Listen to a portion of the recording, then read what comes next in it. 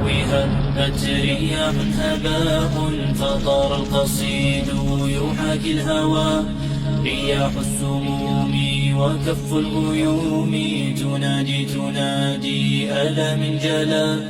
من البهو هبت رياح هباء فطار القصيد يحاكي الهوى.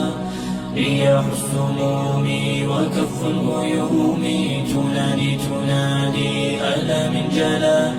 فشر يحاك لكم أمتي يريد الفناء ورب السماء. فيا أمتي أنصتوا واسمعوا فجل الأمور بدت في خفاء.